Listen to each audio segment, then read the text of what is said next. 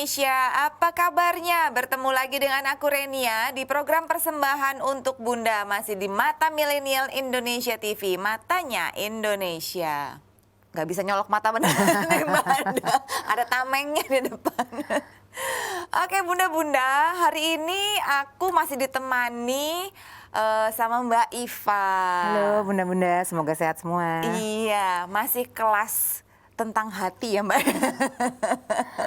Berbenah hati gitu.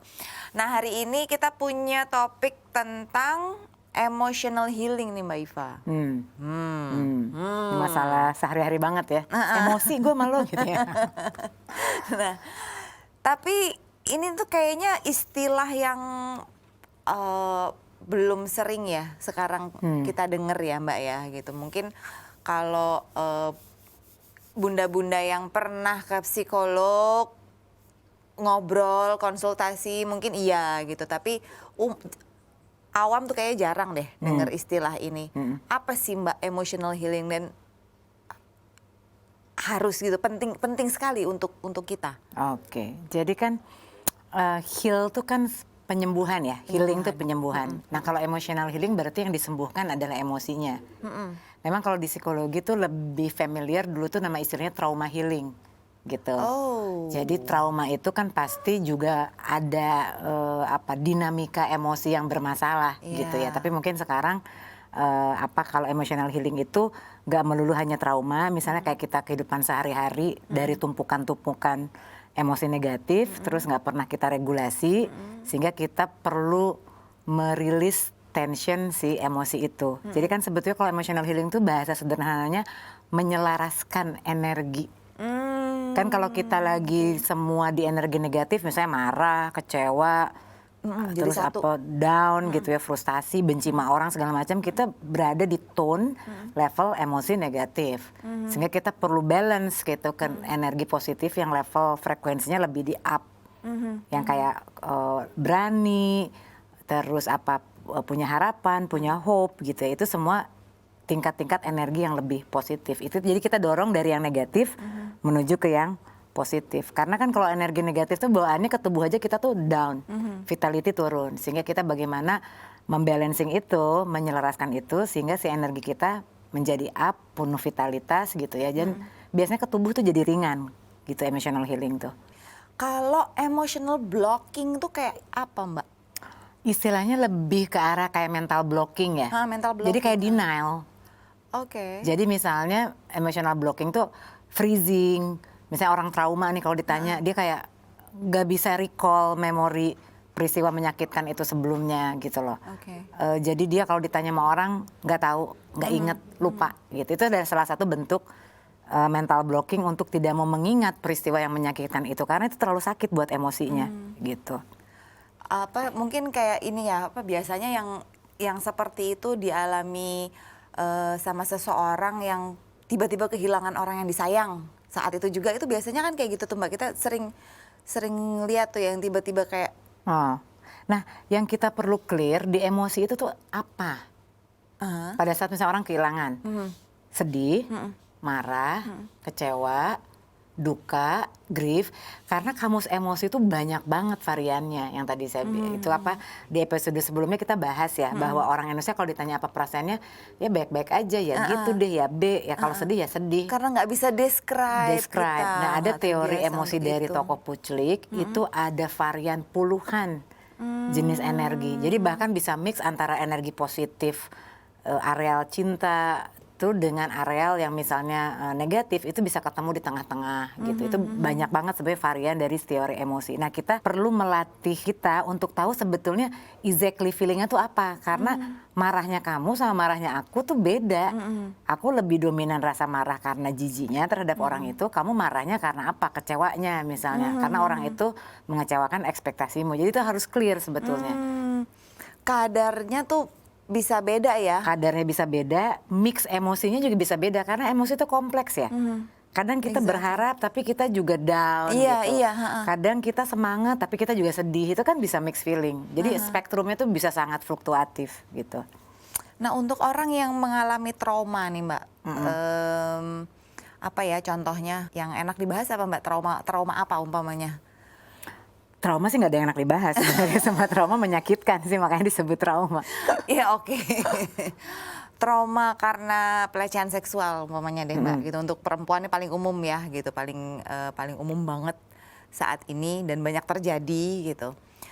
Itu gimana seorang kalau dia konsultasi dengan seorang psikolog untuk merapihkan kembali ininya dia nih, traumanya dia, emosi dia nih dirapiin lagi nih. Iya, saya tuh peluk saya ya buat para korban ya, karena siapapun sebetulnya nggak bisa menyembuhkan luka trauma karena pelecehan seksual ya. Karena luka itu kan merasuk, mencekam sampai ke sel tubuh, gitu ya. Perasaan tidak berdaya, perasaan dilecehkan atau dianiaya gitu ya. Dan dia merasa pada saat itu tidak ada yang membela gitu ya. Nah, dan seringkali korban itu biasanya ditanya ya, kamu waktu itu pakai baju apa itu kan. Jadi bukan yang diedukasi adalah otak laki-lakinya ya. Selalu baju perempuan yang disalahkan, itu juga jadi kena stigma lagi gitu ya. Terus seringkali juga pertanyaan di kantor polisi itu diulang-ulang gitu ya. Sehingga kan antara ketika mendapatkan pelecehan seksual itu kan biasanya emotional shocking, yang disebut freezing, membeku kayak di es gitu ya. Kita tuh nggak tahu, bahkan tubuh kita mati rasa pada saat kejadian atau mengingat kejadian, karena itu terlalu menyakitkan gitu ya. Nah, stepnya yang pertama adalah kita tidak bisa loncat memaafkan orang ketika kita masih ada amarah. Jadi yang perlu dilakukan, keluarin dulu marahnya. Harus keluar marahnya, karena marah itu adalah bentuk salah satu emosi negatif. Tapi orang tuh juga punya reason kenapa marah, apalagi dalam kasus pelecehan seksual. Jadi saya belajar pada murid saya gitu ya, si Mas Begi, dia tuh meditasi stress anger healing. Jadi yang dia keluarin itu adalah energi-energi kemarahan yang memang perlu diteriakan. Gitu. Jadi menarik gitu ya, bentuk meditasi emotional healingnya adalah si pasien ini perlu teriak. Kalau dia nggak teriak tuh dia dipukul punggung belakangnya. Karena apa? Karena biasanya orang yang trauma itu kan bisa melakukan denial ya. Iya, betul. Dia nggak mau ingat, dia memilih selective amnesia. Iya. Jadi menseleksi ingatan yang menyakitkan untuk nggak mau diingat. Terus dia bilang, enggak kak, aku udah baik-baik aja. Padahal dia nggak fine. Tapi tubuh kan nggak bisa bohong. Nah, tubuh nggak bisa bohong, maka trauma itu bersembunyi di mana? Di jantung, di pembuluh darah, gitu loh, di tremor gitu. Jadi tubuh tuh mau ngomong, I'm not fine loh, gitu, beresin aku. Nah, jadi tekniknya adalah menyuruh si pasien ini berteriak sekencang-kencangnya. Lepas gitu Lepas dan sekotor apapun yang keluar dari mulutmu, itu memang harus dikeluarin. Dan tidak ada ruang dianggap dosa sama enggak, karena memang kamu mau sembuh, gitu. Jadi silahkan mau maki, mau kata-kata yang memang paling wild sekalipun, itu karena daripada kita simpan pikiran-pikiran marah itu tuh harus kita lepas ke udara, istilahnya gitu. Marah semarah apapun yang dirasakan lepas gitu ya, harus dilepas. Harus dilepas. Apalagi dalam situasi korban, dia harus bisa berdaya ketika dia mengeluarkan dulu amarahnya. Karena kan kemarahan itu kalau disimpan itu bahaya. Karena pikiran bawah sadar kita bisa menyerap energi itu 88%. Iya. Kita ngobrol kayak gini cuma 12%, Mbak. Iya. Habis ini kita bubar, kita lupa.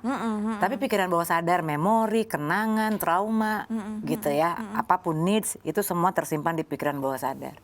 Jadi kalau pikiran bawah sadarnya penuh luka, maka kadar emosional healingnya sendiri itu pasti jauh lebih harus mendalam. Jadi kalau lapis kulit bawang tuh lapisannya lebih banyak yang harus dibersihin, dibuka. Dia stuck usia 5 tahun, beresin dulu di 5. Jangan loncat. Oke. Karena banyak juga ahli hipnoterapi yang ngumpulin semua trauma, disatuin, jebret gitu loh. Kayak ditimbun. Itu nanti refill lagi. Kita harus sabar layer ini. Satu-satu gitu loh. Karena yang ditanya adalah momen di peristiwa itu, dan itu butuh kesediaan ketika dia untuk diangkat traumanya. Karena kalau enggak, itu karena terlalu menyakitkan. Bisa jadi tubuh belum siap, pikiran belum siap, emosi belum siap. Jadi kata kuncinya adalah ready.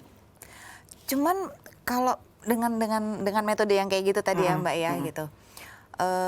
Umpamanya nih seorang perempuan usia 35 tahun gitu, dia punya trauma masa kecil gitu yang harus diberesin, terus dikorek di usia 5 tahun yang kayak tadi Mbak bilang gitu. Bisa ingat atau karena dia dipres sama dia dia berusaha dia lupain, bisa. Jadi memori itu menarik ya.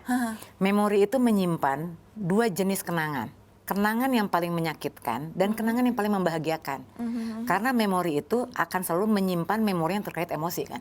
Betul. Ya, nah di dalam memori itu ada memori yang memang sifatnya ada memori semantik yang bentar banget, ada memori short term memory, long term memory, yang terakhir very long term memory.